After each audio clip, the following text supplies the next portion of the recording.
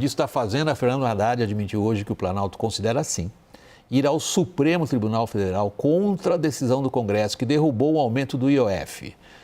O governo está avaliando o tamanho do custo político da judicialização de uma derrota importante. Confira na reportagem de Luciana Amaral.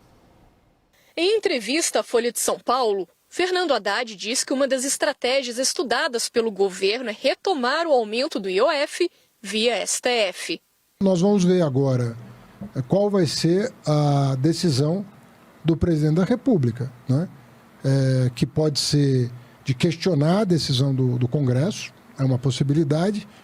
Há o entendimento no jurídico do governo de que o decreto tem um vício de constitucionalidade. Sendo uma prerrogativa legal, nem nós devemos nos ofender quando o veto é derrubado e nem o Congresso pode se ofender quando a medida é considerada pelo Executivo incoerente com o texto constitucional. O advogado-geral da União, Jorge Messias, disse que ainda vai conversar com o presidente Lula antes de tomar uma decisão. Nós vamos conversar com toda a equipe econômica, vamos conversar com todos os atores envolvidos. A Advocacia Geral da União, ela vai responder a essa questão de forma muito técnica, sóbria, no momento oportuno. Na avaliação de líderes do Congresso, judicializar a questão seria uma interferência no legislativo, tensionaria ainda mais a relação entre os poderes e demonstraria que o governo rompeu de vez o diálogo com o parlamento. O deputado Marcos Pereira, presidente nacional do Republicanos, partido do presidente da Câmara, Hugo Mota, criticou a possibilidade. Acionar o STF é ignorar a vontade do Congresso em um movimento perigoso que desrespeita a democracia e esvazia o papel do Legislativo. Em entrevista à CNN, o ministro do STF, Gilmar Mendes, disse que o debate faz parte da política e não há como cravar um posicionamento. Tem até precedentes em caso que o decreto legislativo exorbite limites constitucionais, que isso seja questionado. Mas eu não tenho elementos para fazer, obviamente, esse juízo. A derrota sofrida pelo governo com um placar expressivo é uma demonstração de que os parlamentares esperam mudanças na postura do executivo. No entanto, não enxergam no horizonte nenhuma iniciativa por parte do governo para cortar despesas de forma profunda. O Congresso deu um recado muito forte de que o Brasil não aceita mais aumento de impostos, que o Brasil não aceita essa gastança desenfreada e essa desorganização das contas públicas. Outras alternativas estudadas pelo governo são a busca por novas fontes de receita ou fazer um bloqueio de 12 bilhões de reais no orçamento deste ano, que deve atingir emendas parlamentares e programas sociais. O governo trabalha agora com um prazo de até 3 semanas para encontrar uma alternativa à perda de arrecadação provocada pela derrubada do decreto do IOF. O período coincide com a divulgação do próximo relatório bimestral de receitas e despesas. Thaís, querida, começando por você. Claro, está óbvio para nós três. Tem 2 grandes campos aí para a gente abordar. Um, evidentemente, é o que boa parte da reportagem da Luciana tratou, e a questão política envolvida e a judicialização dessa derrota que o governo sofreu no Congresso. O outro, que é com quem ela terminou a reportagem dela, é com quem eu gostaria de começar contigo, Thaís, que é, e agora? O que faz Haddad, Lula, o governo, enfim, o executivo, para cobrir o buraco que tem no orçamento em função do que o Congresso impôs? William, 2025 é quase que certo que vai dar tudo certo, né? O governo vai arrumar um dinheiro do petróleo, eu e Daniel já trouxemos aqui, já tratamos aqui dessa possibilidade da antecipação de leilões de petróleo, de exploração, e isso deve dar aí por volta de 15 bilhões de reais. Tem como arrancar um dinheirinho a mais também de dividendos de estatais e, obviamente, vai precisar fazer algum corte. O contingenciamento vai ter que aumentar. Hoje, por exemplo, tivemos dados de arrecadação a economia mais aquecida, mais do que era esperado, tem ajudado ao aumento de receita, né? E ali na terceira casa ali dos milhões e bilhões que o governo precisa, isso pode ajudar. Agora, a grande dúvida, William, é 2026, e de novo, qual a fórmula? A fórmula é do puxadinho. Então, vamos de novo para um puxadinho em 2025. Agora, qual será o puxadinho de 2026? Porque ele vai precisar ser gigante. Então, hoje, os economistas com quem eu conversei, todos me disseram, o que a gente mais espera é a mudança da meta fiscal do ano que vem, né? E, de novo, naquela mesma fórmula, olha, eu escolhi a meta, mas a meta não vai dar, então eu vou mexer na meta. Então, assim, a meta nunca vale, a meta perde a credibilidade, o puxadinho vai resolvendo um problema ou outro, mas a solução vai sendo adiada, né? O problema é que o puxadinho de 2026 é muito maior, é muito mais gigante, nós vamos estar aí, a briga com a política, nós vamos estar no ano eleitoral. Aí, eu não sei, o Daniel deve saber muito bem qual o apetite do Lula de guardar dinheiro em ano eleitoral. Passou a bola para você direto, Daniel. Não preciso nem fazer pergunta. O apetite é sempre baixo de qualquer político guardar dinheiro em ano eleitoral. O problema é que esse governo já começou gastando muito em 2023 com a PEC da transição. Aí inverteu a lógica clássica da política, que é que você economizar um pouquinho mais no início de mandato para gastar um pouquinho mais no final. Problema, eu queria destacar um ponto da entrevista de Fernando Haddad hoje, porque até está falando de 2026, você tem um pepino ainda maior para 2027. Na entrevista do Haddad à Folha de São Paulo hoje, ele disse em certo momento que... Ele disse o seguinte, falou assim, olha, não adianta ter uma vitória de pirro nas eleições de 2026, porque se você ganha em determinadas condições, você não governa. Ele provoca o Congresso e diz o seguinte, não é melhor criarmos condições de governabilidade para quem quer que seja? Vale a pena repetir 2022, torra-se o dinheiro e aí vê quem paga a conta depois? Haddad fez referência a 2022, mas ele poderia ou deveria ter feito uma referência também a 2014, ano em que Dilma Rousseff prolongou ao máximo a economia minimamente aquecida para declarar que a crise no Brasil tinha chegado em novembro de 2014, uma semana depois das eleições. E é o tipo de clima e de cenário que está se desenhando também para 2026/2027. Arrasta-se por meio de pequenos puxadinhos, alguma contabilidade criativa, medidas parafiscais, algum leilão do petróleo.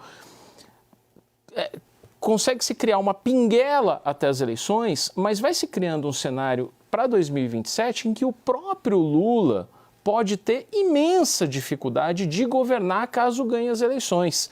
Isso pode não estar preocupando, acho que não está preocupando o governo atualmente, mas o governo abriu mão de apresentar qualquer proposta mais duradoura, mais estrutural, talvez para ele mesmo a partir de 2027. Vamos checar então esse teu último argumento. Na verdade não é um último argumento teu, é uma referência que você faz a um ponto importante do debate político, que vem sendo muito, repetido, de que o governo não apresentou ao Congresso, na verdade, nada além do puxadinho da arrecadação. O Congresso contesta isso, Thaís.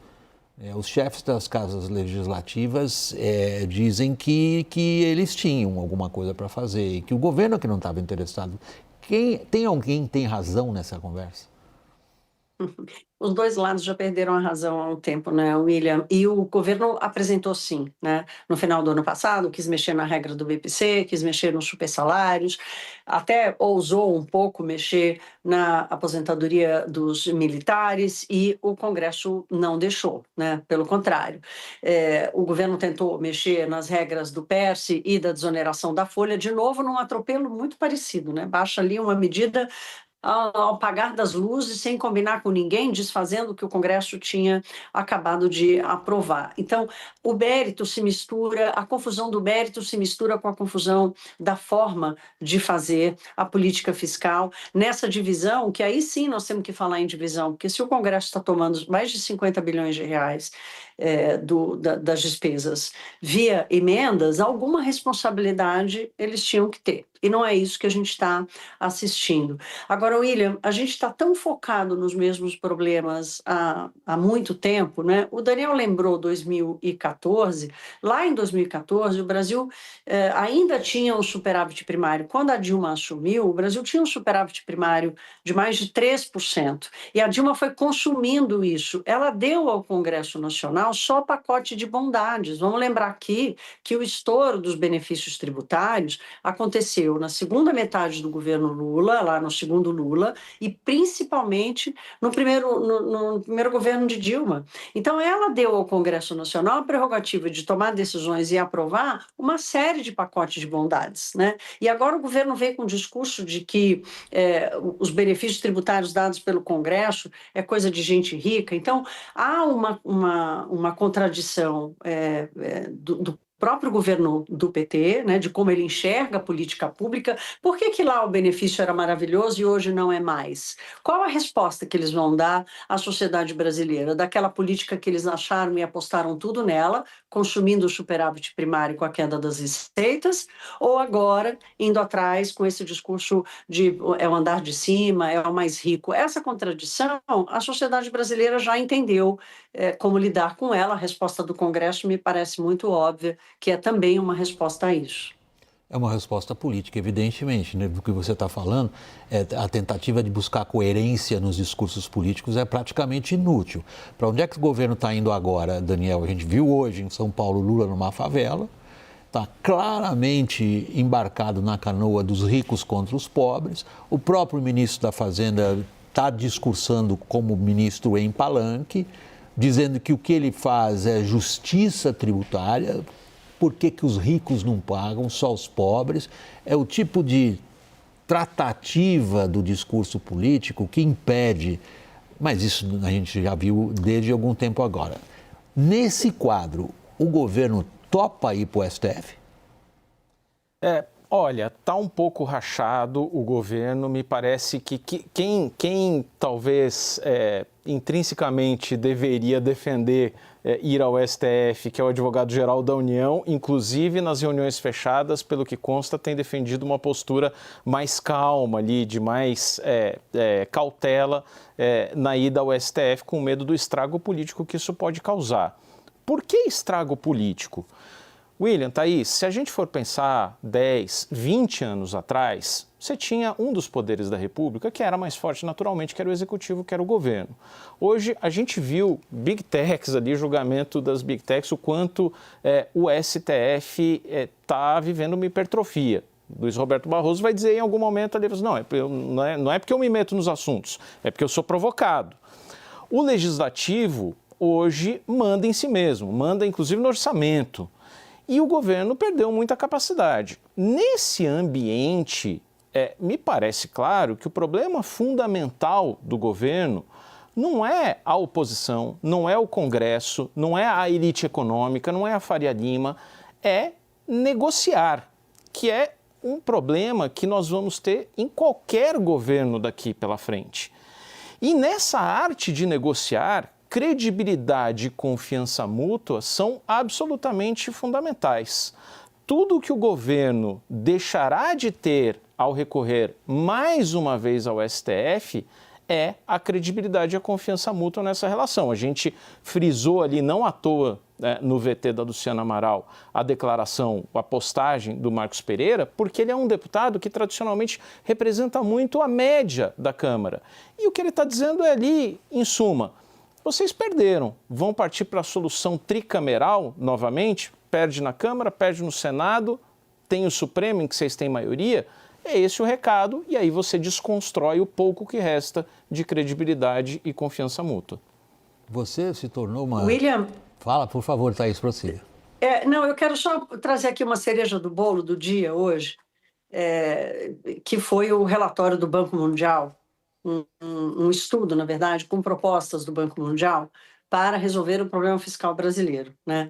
Esse relatório é um Ctrl-C, Ctrl-V de um documento muito extenso, o Daniel tem certeza vai se lembrar, de um estudo gigantesco, um mapeamento, um diagnóstico feito pelo Banco Mundial a pedido do governo de Michel Temer, no final de 2017, em que As propostas feitas pelo Banco Mundial lá naquela época tinha muita concentração na questão da reforma da Previdência, né, que acabou sendo feita logo depois, também reforma tributária, mas o diagnóstico deles da ineficiência do setor público brasileiro foi gigante. E hoje eles trazem de novo uma série de propostas que, inclusive, não estão só na questão dos gastos, como reforma administrativa, desvinculação do salário mínimo, desvinculação das receitas dos gastos de saúde e educação, melhora na questão do imposto de renda, mas eles trazem também uma melhora do ponto de vista da receita, indo atrás de crescimento que prejudica o meio ambiente. Vamos taxar crescimento que prejudica o meio ambiente, inclusive exploração de petróleo.